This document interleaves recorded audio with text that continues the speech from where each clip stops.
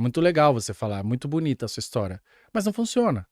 E já para também não sair muito do assunto aqui, eu queria que você desse um panorama geral do governo Lula.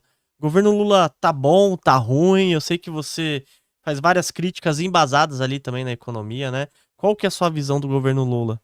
Certo? Bom, primeiro se a gente pegar em termos de número, né? O PIB brasileiro cresceu 3,4% em 2024. Daí algumas pessoas podem dizer, olha só, tá vendo? Um crescimento robusto, 3,4%. Mas tem algumas coisas que chamam atenção do ponto de vista negativo. A primeira coisa é que o PIB ele foi desacelerando ao longo dos trimestres. Então ele começou mais forte lá e no quarto trimestre de 2024 teve um crescimento só de 0,2%. Então o primeiro diagnóstico é isso, teve uma desaceleração no crescimento. Então na margem o PIB está ruim, o que significa que daqui para frente a gente não vai conseguir ver um crescimento tão grande também. Essa é a primeira coisa. A segunda coisa é que, claro, o governo está tendo déficit atrás de déficit, ou seja, está gastando muito. O PIB, o que é? O consumo das famílias, mais investimento das empresas, mais gastos do governo, mais exportação líquida. Então, a partir do momento que o governo gasta muito, você aumenta os gastos do governo e você incentiva no curto prazo. E essa é a história do Brasil. O Brasil é um eterno país de voo de galinha. Cresce um pouco, aí cresce menos, crise. Cresce um pouco, cresce um pouquinho mais, cresce menos e crise. Então, a gente tá aí mais num voo de galinha de novo, eu consigo ver daqui para frente. E o que mais afetou foi o consumo das famílias, que caiu 1% no último trimestre do ano passado. Por isso que você fala assim, nossa, como é que a economia está crescendo 3,4% e como é que o governo está tendo uma má avaliação, que é isso que está acontecendo, a reprovação do Lula disparou. Por que isso? Primeiro que está desacelerando e grande parte desse crescimento foi aumento de gastos do governo e queda no consumo das famílias. Então, eu não consigo ver o Brasil tendo um crescimento sustentável daqui para frente. Isso não é só problema do Lula, inclusive, não, tá? O Brasil cresceu nos últimos 40 anos 2,2% na média. Dos últimos 40 anos, na média, a gente cresceu 2,2%. Nossa, muito baixo, muito, né? muito baixo. Sendo que o que é o PIB de um país que você poderia, uma outra definição? O PIB de um país é quanto cada trabalhador produz nessa economia vezes o número de trabalhadores. É simplesmente isso. E quanto cada trabalhador produz nessa economia é a produtividade que o cara tem. Então, se a gente decompuser esse 2,2%, o Brasil cresceu 0,2% só aumento de produtividade nos últimos 40 anos e 2% aumento de mão de obra, que é o número de pessoas na economia. Ou seja, grande parte do que a gente cresceu é só porque tinha boom demográfico, as pessoas estavam tendo muitos filhos, país em desenvolvimento tem alta taxa de natalidade e cresceu muito pouco a produtividade. Ou seja, daqui para frente, para você saber quanto que o Brasil vai crescer, basta você se perguntar quanto eu acho que vai ser o crescimento populacional e quanto eu acho que vai ser o crescimento da produtividade. Quanto que vai ser o crescimento populacional? Essa variável é fácil, não é difícil de projetar. 1% mais ou menos. Quanto que vai ser o crescimento da produtividade? Nossa. Se foi 0,2 nos últimos 40 anos, ainda que você estime e fale assim, 3%, eu não acho que faça sentido, porque é a mesma coisa um aluno que tirou meio, você achar que vai tirar 10. Não faz sentido. Não faz sentido. Então, se o Brasil precisa para crescer na casa dos 2, 3%, aumentar a produtividade uns 2, 3%. 1, 2%. E é difícil, dado que a gente cresceu muito pouco. Então, eu não consigo ver o Brasil daqui para frente tendo alto crescimento. O resultado disso é que o Brasil está ficando para trás nos países mais ricos e até em desenvolvimento. A gente é um dos países que menos tem crescido no mundo. Caramba, e por que você acha que é esse atraso no Brasil? Você acha que é o estudo mesmo, como todo? Qual fator que você acha que é predominante? São vários fatores. Eu estudo, como eu falei, eu fiz economia, né, na Fundação Getúlio Vargas, fiz mestrado fora e estou terminando meu doutorado em economia e eu estudo crescimento econômico, justamente o que explica a diferença de renda entre os países. Bom, alguns motivos. Sim, é porque nós temos um nível baixo de escolaridade e porque a gente tem também um nível baixo de capital e tecnologia no país, né?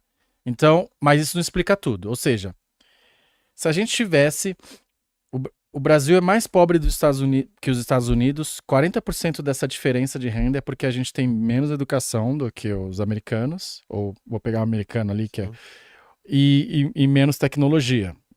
Então, para a gente crescer o país, a gente precisa investir em educação básica e fazer com que haja mais investimento. A taxa de investimento é baixa. Mas isso não explica tudo. Lembra que eu falei que é só 40%. Tem 60% aí que é explicado por outras coisas, né? E uma das coisas que explica é porque a gente insiste em políticas públicas que não funcionou, que deram errado. É simplesmente assim. A gente acha que a gente precisa inventar uma nova forma de desenvolver o país. Não precisa. Por exemplo, o Brasil é o país mais fechado do mundo, das maiores economias comercialmente. Então a gente é tão fechado quanto Cuba. Caramba. Exato. Se você somar exportação mais importação e dividir pelo PIB, a gente chama isso de corrente de comércio, o Brasil é tão fechado quanto Cuba praticamente. Das 75 maiores economias, o Brasil tá em 10º, se eu não me engano. E das 20 maiores economias, o Brasil é o mais fechado. Ou seja, a primeira coisa a gente tem que fazer é abertura comercial. Porque quando você tem abertura comercial, você importa, os bens saem mais baratos, você consegue investir mais, etc. Segundo é que a gente tem uma tara danada em ficar salvando empresa ineficiente. Então, se a empresa é ineficiente, o que acontece num capitalismo saudável? A empresa morre e vai surgir outra. Mas a gente é o país em que se o lampião, se a luz elétrica surgisse aqui, a gente ia falar que ia estar matando a indústria nacional e ia dar subsídio para lampião até hoje. Se o carro surgisse aqui, a gente ia falar, não, vamos dar subsídio para as charretes, porque a gente não pode matar essa indústria. No capitalismo é natural que você tenha as empresas menos ineficientes, que elas morram pelo caminho, é saudável isso. Então, o Brasil é um país que não cresce porque a gente insiste em políticas públicas erradas. E aí eu critico o governo atual, os que mais dizem defender a ciência, né? Precisamos defender a ciência, etc. É o partido que mais joga no lixo a ciência econômica. Então o Lula mesmo já falou. Falou, precisa mudar os livros de economia, eles não servem para nada. Ele falou, só que aí obviamente ninguém fala nada, né? Só aí o pessoal faz vista grossa. Mas a gente precisa de um Banco Central independente, a gente precisa fazer uma política fiscal responsável para a gente não precisar aumentar a taxa de juros. Então, se eu pudesse resumir, é isso. A gente tem uma série de política pública que já deram errada e a gente insiste nela. Só para finalizar essa pergunta, basta ver o que acontece com o BNDES. O BNDES emprestou dinheiro para um monte de amigo do rei, etc. Não funcionou. O que estão fazendo agora? Tudo de novo. Não, e só para quem já tem dinheiro, né? E só para quem já tem dinheiro e é amigo do rei. E aí deu errado. O Brasil entrou na maior crise econômica, a Dilma sofreu impeachment, o que eles estão fazendo? Tudo de novo. Simples assim, fundo de pensão. A gente está vendo fundo de pensão de novo, prejuízo. Por quê? Porque estão destruindo a alocação do fundo de pensão, tomando risco, investindo não deveria. Então é simples, porque você tem um bando de gente lá que repete os mesmos erros do passado. Não é nem que a gente erra erros novos, a gente erra coisas que a gente já viu que deu errado e insiste. Então eu diria que é isso.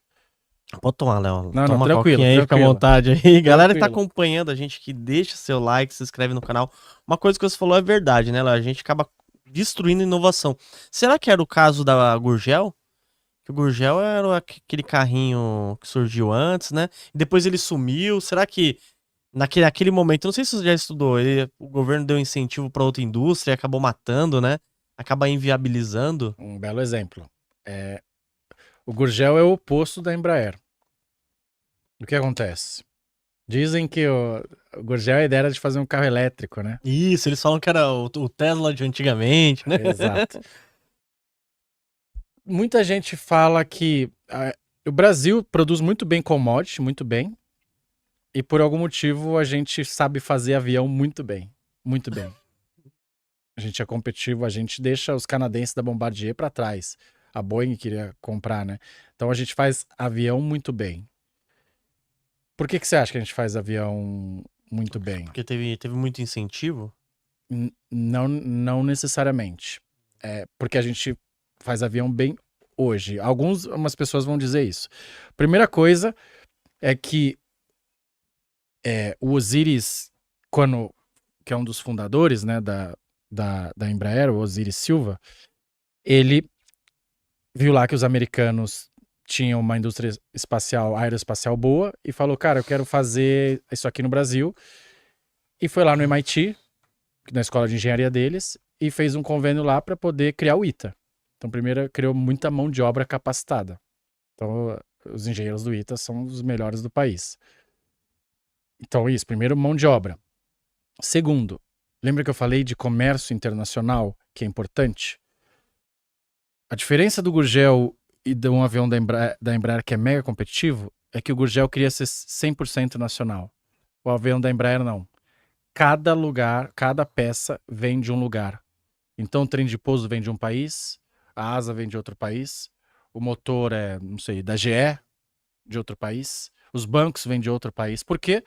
Porque eles precisam fazer um avião barato e bom. Então eles vão no mundo inteiro. Eles entenderam isso. Exato, eles vão no mundo inteiro e eles veem quem tem as melhores peças ao melhor preço. E por isso que eles conseguem fazer um avião bom e barato. Além de ter uma baita mão de obra, que é do ITA, ali em São José dos Campos, que eles conseguem ter esses projetos. E muita inovação também. Já tentaram muito e já erraram muito também. Mas acertaram em aviação regional, que é avião de médio porte, que é a vantagem aí da Embraer, e conseguem fazer isso a um preço competitivo. Isso se chama cadeia global de valor. Então, quando você... A Boeing e a Airbus, a mesma coisa. Cada peça é de um lugar. Por quê? Porque se você quiser fazer um avião 100% nacional, Nossa. o que você vai fazer? Você vai pegar peças que não são boas e vai pagar muito mais caro. Legal, você vai falar 100% nacional. Seu avião vai custar 40% a mais se não for muito ruim. Porque quem é que faz motor, quem é que faz o trem de pouso, quem é que tem tecnologia para fazer os bancos. E foi isso que a Gurgel quis fazer. Ela quis fazer 100%, 100% nacional. Assim como a equipe de Fórmula 1 do Emerson Fittipaldi, Copersucar, queria ser 100% nacional. Então, quando você quer fazer 100% nacional, é muito legal você falar, é muito bonita a sua história. Mas não funciona. Porque você vai comprar uma parte chinesa, outra parte americana, outra parte francesa, o teu concorrente. E ele vai conseguir fazer um negócio muito melhor, mais barato. De quem que você vai comprar? Um que fala, nossa, estamos fazendo 100% nacional. O outro que fala, olha, meu avião é 40% mais barato e ele é melhor por causa disso, disso, disso. Então a Embraer só funciona hoje, só é muito boa, porque ela seguiu a lógica oposta de ser 100% nacional. Pelo contrário, ela quis... pegar o que havia de melhor em cada peça, em cada país, em cada produtor. Por isso que hoje é um case de sucesso. Além, como eu falei, da formação de mão de obra, que eles formaram muito engenheiros com professores do MIT, etc. Eles conseguiram esse case de sucesso aí. Então, é o caminho oposto do que as pessoas estão prometendo hoje, né? Hoje ele... É que, na verdade, né, quando a gente começa a analisar, assim, principalmente os políticos, né, Léo? Eles pegam e totalmente ali eles governam pra eles, né? Fins eleitorais. Fins eleitorais. Pô, a gente pega lá, governo passado, tinha o Paulo Guedes como ministro da Economia. A gente pega agora um Haddad. Pô, assim, até quem entende o mínimo ali fala, pô, meu, mas é muita discrepância, né? Sim. É a mesma coisa que você pegar um professor pra dar... Porque o que você acha que dá mais voto? Eu dizer que eu vou fazer um avião 100% nacional, que eu vou gerar empregos aqui e que nós vamos proteger a indústria nacional e tal, ou que eu vou fazer o avião mais competitivo de todos, com o preço mais barato e o melhor, só que eu vou comprar peça do mundo inteiro. O que dá mais voto é o primeiro caso, né? Com certeza. Então por isso que eles fazem isso. Sempre existe um motivo. É o que o Trump tá fazendo nos Estados Unidos. Para analisar ações, BDRs, fundos imobiliários, acesse a plataforma do Investidor 10. Inclusive, para você gerenciar a sua carteira, saber quantos de dividendos você vai receber. Inclusive, eu deixei a carteira da minha filha, a Laurinha, ela tem 3 anos e já invisto para ela. Todos os ativos, tá no link aqui embaixo.